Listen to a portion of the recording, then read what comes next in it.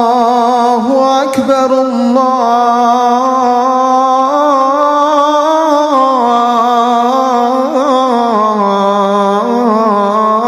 الله أكبر أشهد أن لا إله إلا الله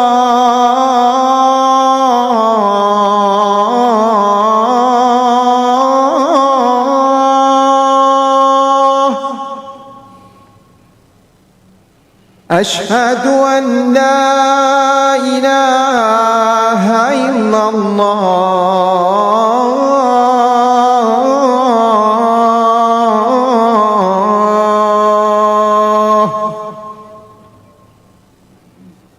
أشهد أن محمدًا رسول الله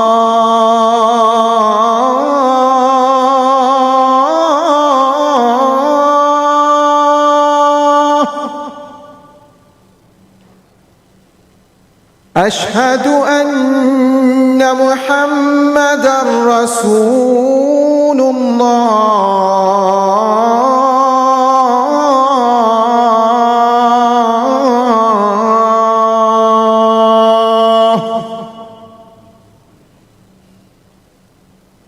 حي على الصلاة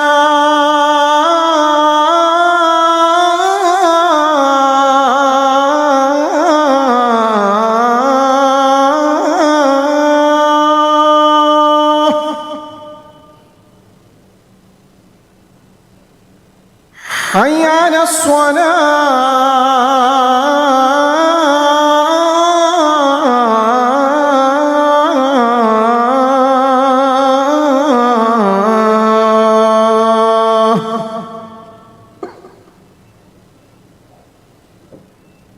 حي على الفلاح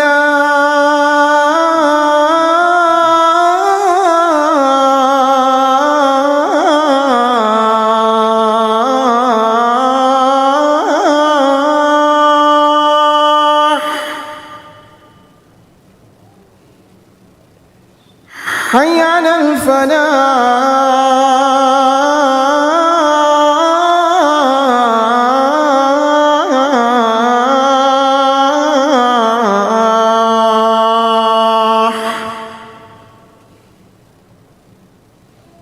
الله أكبر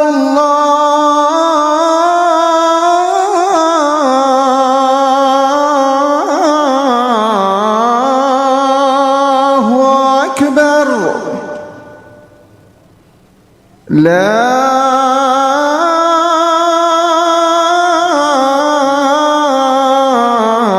إله إلا الله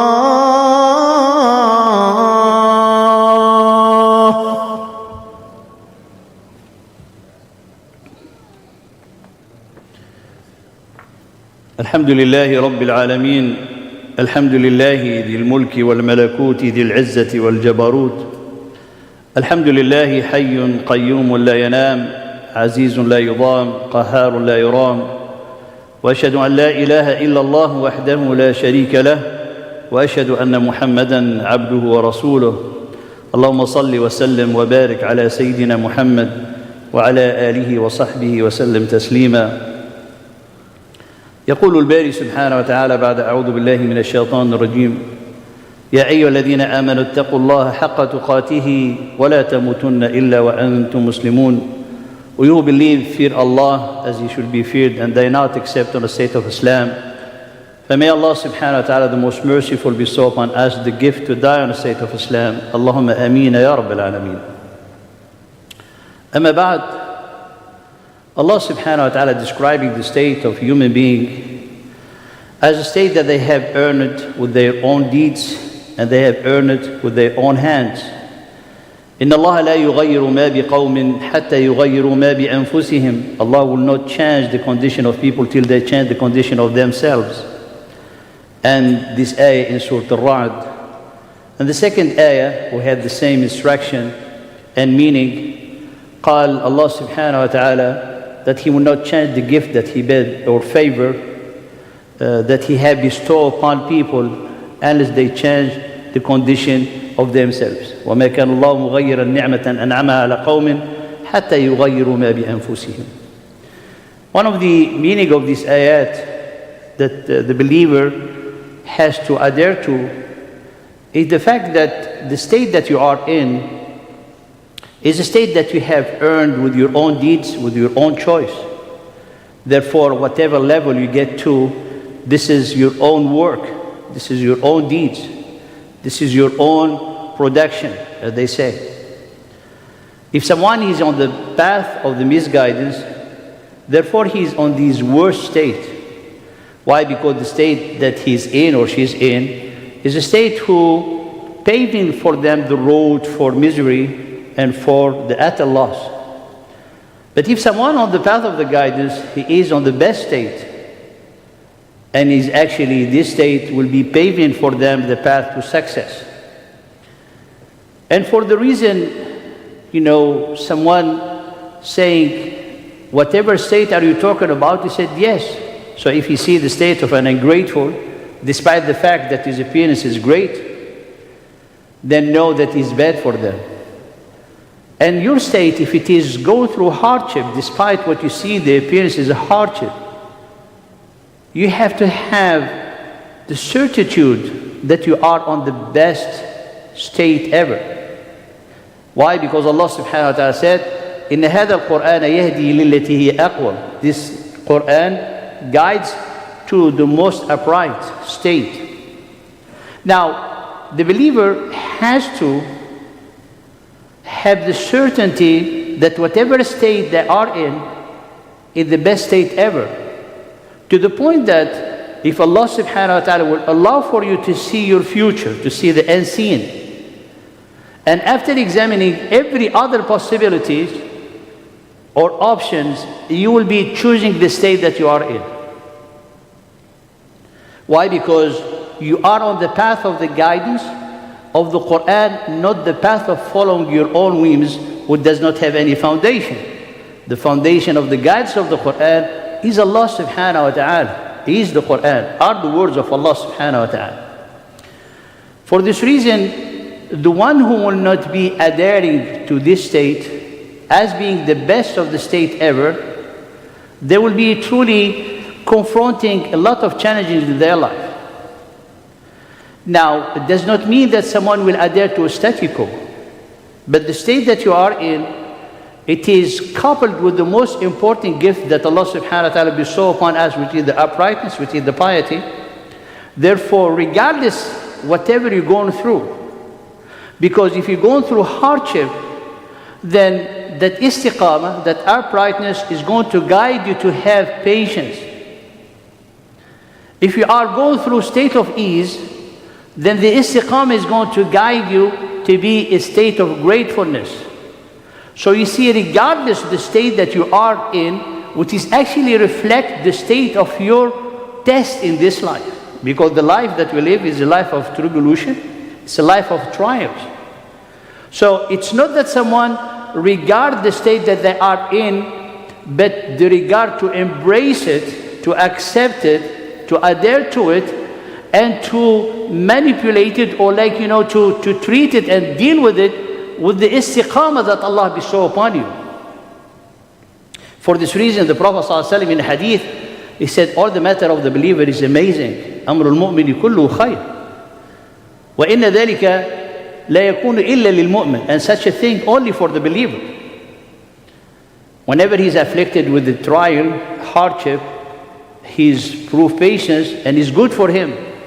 قال وإن أصابته السراء شكر فكان خير له. And if he's, Allah bestow upon him favor, then he will be grateful, and is good for them.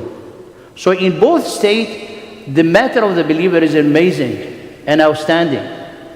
Now, to protect and safeguard this state, first, be certain that whatever you are going through is the best state ever. It does not mean that you should feel good because you might be really in a hardship that it hurts. But if you have the option to choose any other life or any other world, if they do exist, you're going to choose back to the state that you are in. He said, Alhamdulillah, that with all the difficulty I'm going through, this is the best state that I have. And this need to be a certainty in the heart of the believer. This is what Allah subhanahu wa ta'ala is telling you. So, what is the element really that really spoil or will really destroy this state of peace in the mind by embracing the state that we are in? Is, dear brother, respected sister, is the nature that we have, is the nature of urgency, of haste, of to being hasty. And when the person, subhanAllah, try to correct things, try to get things, in the sense of urgency, in a very, short time, that, subhanAllah, is detrimental and is going to cause, really, the state of a person to be misguided. Why? Say someone, should I not look for something good for myself? He said, is not that the point? But this is when the state of hasty or urgency of to have this haste becomes like, is a character in you. It becomes like a aqidah in you, is a belief. That is going to corrupt you. And Allah subhanahu wa ta'ala told us, وَيَدْعُ الْإِنسَانُ بِالشَّرِّ دُعَاءَهُ بِالْخَيْرِ. And you find the human being, they're praying, they're calling upon, having shar, evil, as they do when they are praying for good. وَيَدْعُ here, as you see it in the translation, they say pray. But in the reality, yad'u, he's like seeking aspect they want to have, but in the reality, they think it's good, but it's not good. It's something that is going to cause them a lot of hardship and is going to lead them, wal-'iyadhu billah, to the wrath of Allah subhanahu wa ta'ala. So someone, he's hasty to go to the hellfire when he's thinking that he's doing good for themselves. Why this haste is a character and ill character? Why? Because someone when want to do things in search of urgency, want to get happiness now, and everything they wanted to have it now in a short term, the best job, the best thing, they always, subhanAllah, is like state of daydreaming. And this state of daydreaming that they want everything now, when they do not get it, is going to cause them that, subhanAllah, that worrying. And this is what leads to depression and so on. Now the state of haste is, Allah subhanahu wa ta'ala said, when you have this state into your character, what is going to lead you only to lead you to evil thing. To evil thing. If you try to analyze it, indeed when you do things in hasty, you are preventing or avoiding for yourself to reflect on the consequences of your choice.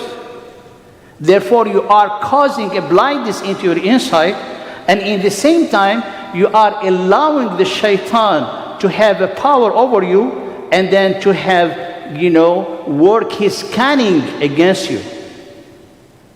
And in this situation, what is going to happen? It's going to happen like the hawa, the opinion, the whims, the desire, is going to overcome. As when they overcome, then the sense of hasty will become like, subhanAllah, very empowered in the nafs. And then the whole insight is blinded. Therefore, what is guided the person in the dreams as being dictated by the society, which is really leading a person astray. Where he stayed that he used to be certain that his end is good, is not anymore, because he's bad. I don't want to be in this state, financially, difficult, or having hardship, or health things. It's like, subhanAllah, someone is like rebelling against their state, which is actually rebelling against the sense of surrendering to Allah subhanahu wa ta'ala. For this reason, Allah قال وَيَدْعُ الْإِنسَانُ بِالشَّرِّ دُعَاءَهُ بِالْخَيْرِ وَكَانَ الْإِنسَانُ عَجُولًا. And the human being was ever hasty. This is a nature. This is a nature. But the nature will need to be treated with the guidance. And this ayah, it has been said exactly after Allah subhanahu wa ta'ala said, this Quran guides to the most upright sense. So here when you see the siyaq, or this like the coherence of the ayat, you understand that the best of the way, of course, is the best of the most uprightness, which is guided by the Quran. And what it leads you to the other way is the sense of hasty that we have in ourselves if we do not control it. And this is, subhanAllah, we're talking about this because not only is it important in the Quran, it's important in our life, but the society we live in, the civilization that marked the society, its core, its soul is haste. It's the sense of urgency. It's to how to get the happiness now. It's a philosophy, it becomes a character, it becomes a moral, it becomes a culture. Years ago, if people they want something, it's going to take time to come in the mail. Now it becomes like 2 days, and then 1 day, and the next day. Now it's like in a few hours you can get it. Why? Because something, subhanAllah, which characterize the society or the civilization that we live in, or the world that we live in, it's like the happiness or whatever people they desire, the pleasure, can be immediately fulfilled. So the sense of urgency, the sense of being immediate to be done, it's a sense that being made possible. So how can we make it possible? Yes, because people now they have been, subhanAllah, adhering to the belief that the sa'adah, the happiness, is materialistic sa'adah. And if it is materialistic, then it is easy to fulfill it. Why? How? By providing all the products that make you happy. Therefore, when you see something, you click on it, and the next hour you'll find it in front of your door, you feel happy. And this is, subhanAllah, what is crawling into our system, this hasty character, it becomes in our aqeedah, it becomes in our akhlaq. So the happiness is fulfilled and is possible. Why? Because this happiness is materialistic happiness, and we live in sense or state of a culture of consumerism, therefore it is possible. But the impact on the believer, that is the thing that we really need to talk about. The impact on the believer is that when we are, subhanAllah, we have the bag of this haste, of this being hasty. It becomes a nature in us, because it's totally normal to live in a society and to be influenced by the society. And what we have mentioned is not haram to be like excited to have the thing that you order that make you feel good, like in the next hour in front of your door. But the problem, when it's transferred into your aqeedah, into your sense of belief, it becomes like your ibadah is kind of under the control of this character of nature of the haste. Because when you make a dua and the answer is not coming, then you're going to be like giving up, or you're going to be mad, or you're going to be like, in a state like you're like complaining. And this is what is going to lead to that your power, your will, the drive will weaken. Your intention will be spoiled. And that sense of high spirit will be destroyed. And this is all because we allowed that sense of hasty to crawl into our system, and then to really make us to be people going into the path of misguidance without knowing. Then when you think about it and you read the ayah, that what we are looking for, what we are calling Allah subhanahu wa ta'ala for, is actually hasting or being, subhanAllah, making our sense of urgency to get evil thing in our life instead of the good. And we are so excited and so like powerful in our dua, when, subhanAllah, what we are asking for is not what is going to help us in our akhirah. And this is what Allah subhanahu wa ta'ala told us. And this is the threat of being in a society where the core and the soul of it is consumerism and based on this sense of haste. Now, how the believer will protect and safeguard ourselves against such a thing? The first thing, dear brother, respected sister, that we need to remind ourselves that the sense of hasty, or to be, hurrying up, speeding, urging things to have it now, is not going to change your destiny. It's not going to change your fate. Because no one can do anything except by the will of Allah subhanahu wa ta'ala. Therefore, you do not own for yourself any harm or any benefit. And Allah subhanahu wa ta'ala, they took, besides Allah subhanahu wa ta'ala, آلهة لا يخلقون شيئا وهم يخلقون ولا يملكون لأنفسهم نفعا ضرا ولا نفعا. They do not own for the God that they worship beside Allah subhanahu wa ta'ala, for them, no like dar, they cannot harm them, and they cannot have any benefit or favor for them. And one of the worst God that has been worshipped other, with Allah subhanahu wa ta'ala is ourselves, our whims, is our nafs. قال ومن أضل ممن اتخذ إلهه هواه. There's more astray than the one who took as his own self, his own whims, his own God. And this is what we live the society of today. What they worship themselves, selfishness, individualism, and so on. Now, Allah subhanahu wa ta'ala, we have to have this settled into our heart. وَإِن يَمْسَسْكَ اللَّهُ بِضُرٍّ فَلَا كَاشِفَ لَهُ إِلَّا هُوَ. If any calamity or difficulty touch you, no one can remove it except Allah. And if Allah subhanahu wa ta'ala will to touch you with good, no one can stop it. And Allah subhanahu wa ta'ala will have it for you to be bestowed upon you and will have it to benefit of it. So this is, which is coming back to what we have said, then the state that you are in is the best state ever. So you look forward to your relation with Allah subhanahu wa ta'ala to benefit you with whatever you wish to be benefit for, so to get closer to Allah subhanahu wa ta'ala. And therefore your state becomes a point of subhanallah, of muntalaq, a starting point for getting closer to Allah, not a thing that you are complaining against and looking forward into the dunya to help you someone to fulfill your dreams. And this is, the second one is al-ajala, in the sense of hasty. The first one is the sense of being with Allah subhanahu wa ta'ala, guiding yourself with the help of Allah subhanahu wa ta'ala to lati hiya aqwa. The second thing, whatever you see as good in the hand of the people does not mean it's good for them, does not reflect a reality of things.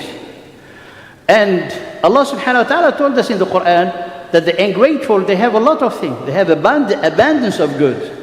So Allah subhanahu wa ta'ala, لَا تَغُرَّنَّكَ الَّذِينَ تَقَلُّبُ الَّذِينَ كَفَرُوا فِي الْبِلَادِ. Do not be deluded by the way how you see the disbeliever, they have all this, glamour of the dunya.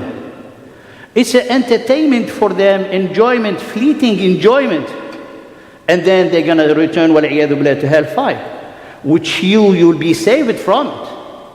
So what you see as an apparent is good, so that's a state of istidraj, which is making Allah subhanahu wa ta'ala, as He said in Surah Al-An'am and also in Surah Al-A'raf, that people, when Allah subhanahu wa ta'ala sends them a reminder and they go against it, and then they forget about the reminder, so Allah subhanahu wa ta'ala gives them everything they desire.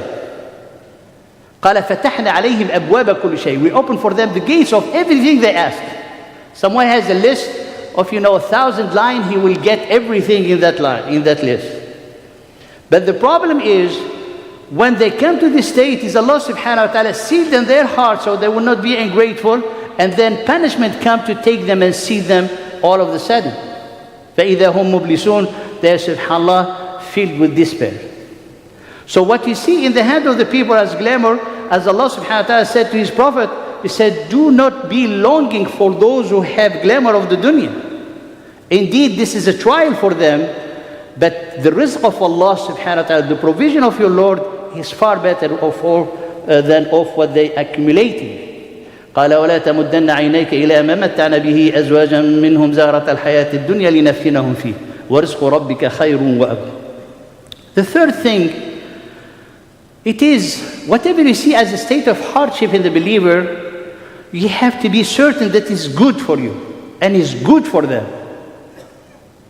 Why? Because it's not the appearance what defines what is the best.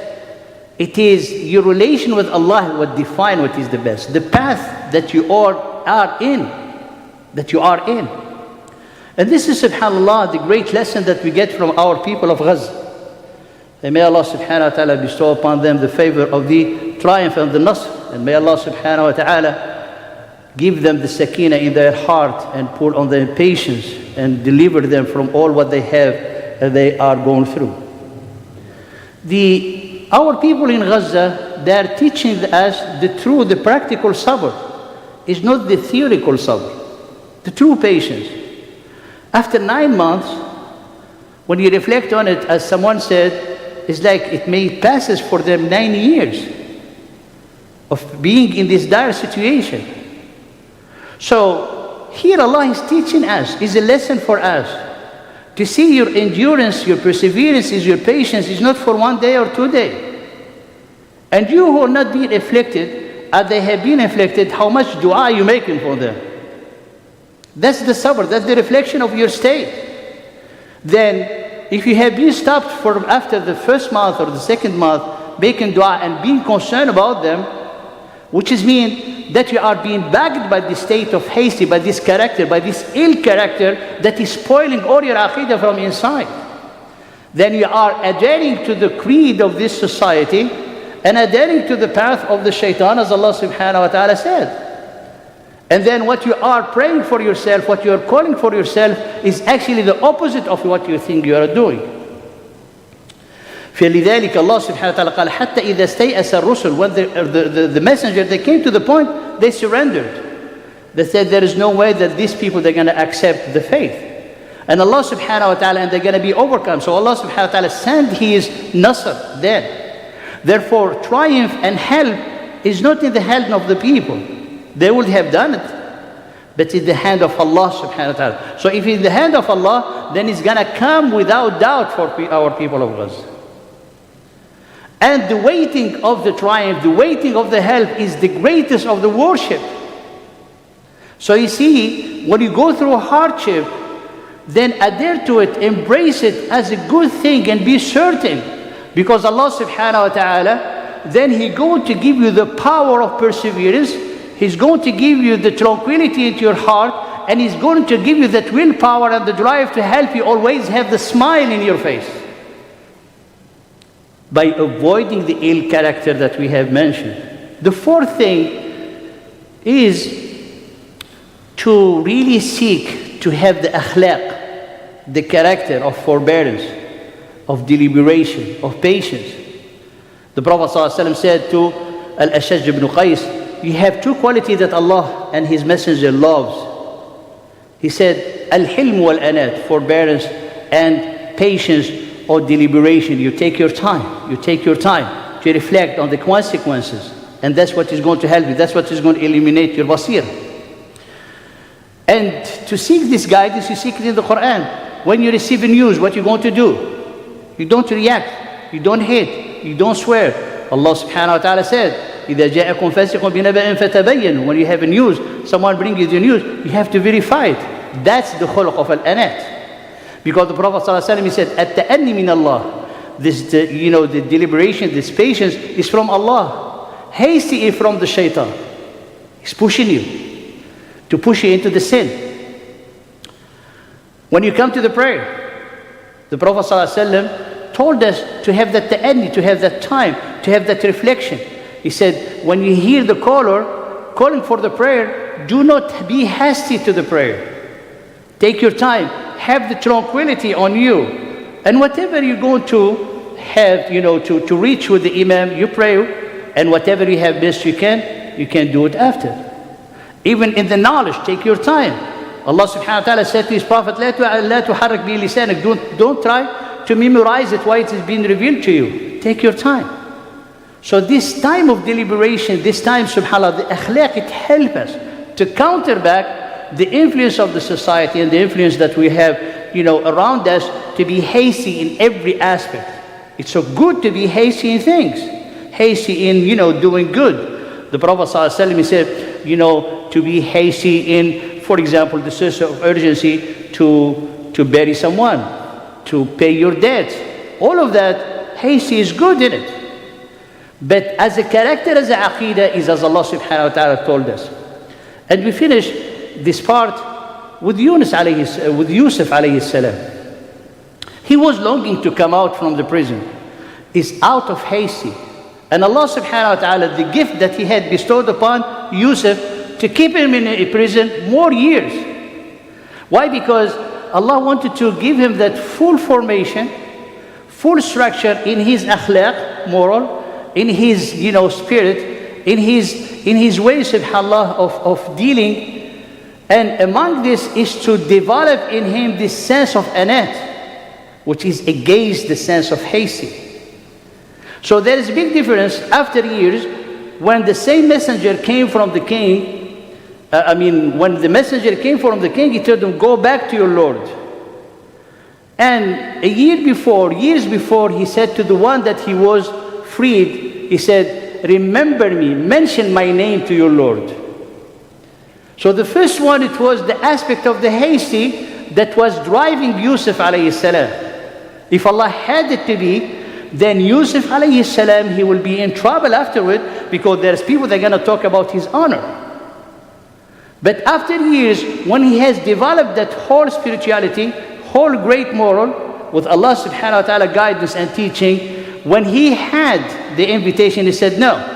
And this is not like someone free to ask him to mention his name with the Lord, as his Lord, which is the king. No, the king himself sending to him a messenger, قَالَ إِرْجَعْ إِلَى رَبِّكَ. So look the big difference.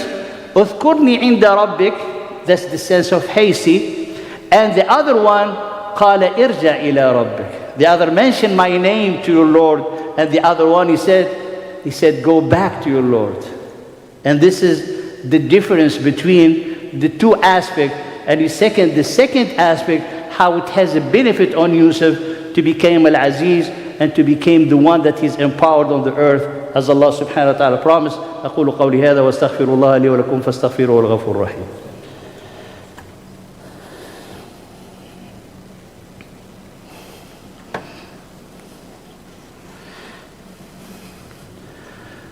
بسم الله وكفى والصلاة والسلام على النبي المصطفى أما بعد.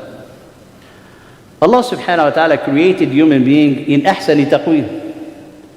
And أحسن تقويم, you find it into the translation, the best of the mold, the best of the stature.